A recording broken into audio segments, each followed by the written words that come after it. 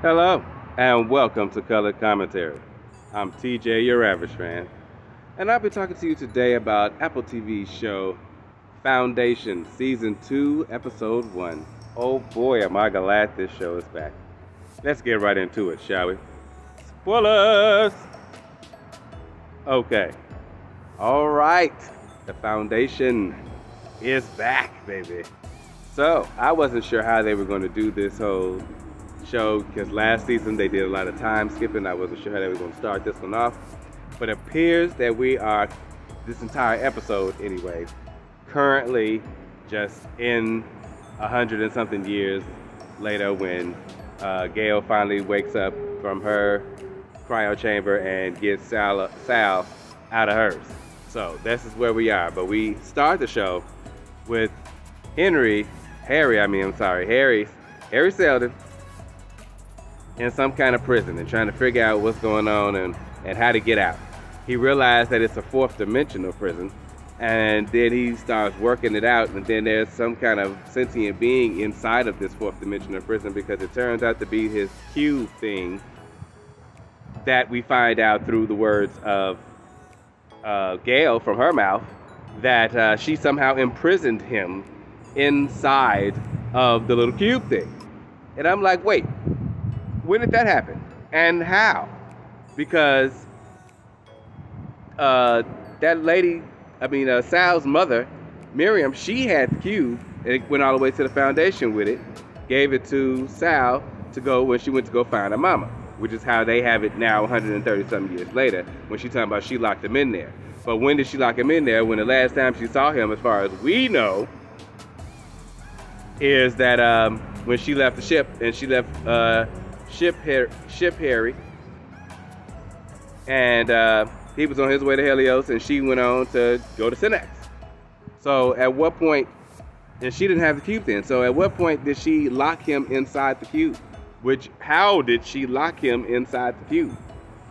But yeah, so he in the cube working his way out, basically, figuring a way to get out, and by the end of the episode, he most certainly does, right after, they actually need his help to fly Sal's ship that they did salvage from the bottom of the waters because it's a whole hurricane coming and finna wipe them out on a little piece of land that they was sitting on. They having uncomfortable conversations because it is a mother-daughter, but they don't even know each other and they're hundreds of years apart. So this is insane to them and they're trying to deal with it best they can. So I was enjoying seeing them interact a little bit and realize the ridiculousness of their situation. So that was interesting. And to see that Gail almost died, drowned, trying to help get the ship out the water, but they made it, but they still needed the computer to do something. Gail said she couldn't calculate it fast enough, so they could have used Harry in the cube to come out and do it, but he'd already broke himself out, telling us we need to have a talk. I was like, oh my God. So yeah, that's what's going on there. So now we got this new sentient being, the Prime Meridian, inside the cube, is now sentient and aware and knows what's going on. It's kind of weird, but she got an agenda and a plan, and I don't know if that's such a good thing. Even Harry had to question it for a second, but he decided to go along with it anyway. Meanwhile, we got dawn, day, and dusk still trying to run everything. At this point now, Day is sleeping with the computer lady, and now there's an assassination attempt on his life where they done hacked the biofield thing, and he getting attacked, and he fighting naked, though, and he done threw her in front of him, and she done got half her head sliced off, but she still ended up getting up, being able to help save his life in the first place. So that was a good thing. I was good to see that, but she still got half her head sliced off, so I didn't understand how that was supposed to work. These robot people are pretty durable. So he it's assassination after me, and he think it's all because he trying to do this whole marriage thing with these other people that's pretty powerful out there in the galaxy. Not realizing that everything is chipping away at their little empire.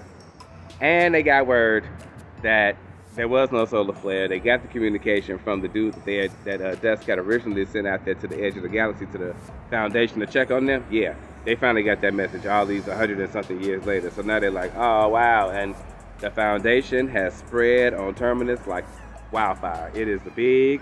They got ships. They got people. It looked good, and I would like to know more about it. They got a new warden, a familiar face to actors. So I'm thinking, I don't know how important his role's going to be, but they wouldn't have got him as the dude for the warden if it wasn't going to be something him going to be around for a while. And we got a new leader of the Foundation and the Army Corps and all of that kind of stuff. They got all kind of forts. It's looking good, and they still got the Invictus up there in space swirling around, which now the Empire knows about, so that's not great. Not great at all. They saying that the Empire, anyways, that they have studied getting further and further away from the original with each copy that they did made. So they, saying, wondering about different ways of how they feel and how they doing things and stuff like that. So this is this strange thing that neither Don nor Dusk agree with. They trying to marry this woman, trying to do something different. What is you really doing, bro? And permitting more rebellion, because clearly people are still trying to kill you. So what you gonna do about that, sir? What are you gonna do about that? This episode was insane. Absolutely insane. To see them all these hundreds of years, 100 and something years later, how the Foundation then spread, Gail and Sal working together to get off the planet. And she brought up a good point. They are the last of the Synaxians, or whatever she called her people. It's just her. Everybody else on that planet gone.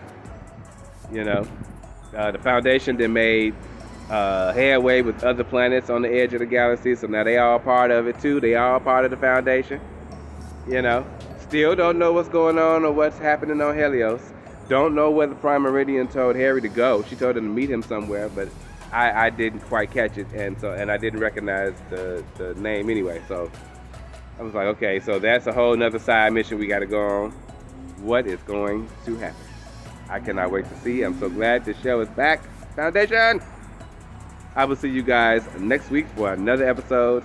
It's going to be a wild ride, y'all. We are 130-some years in the future. I will see you then. Until then, have a great day.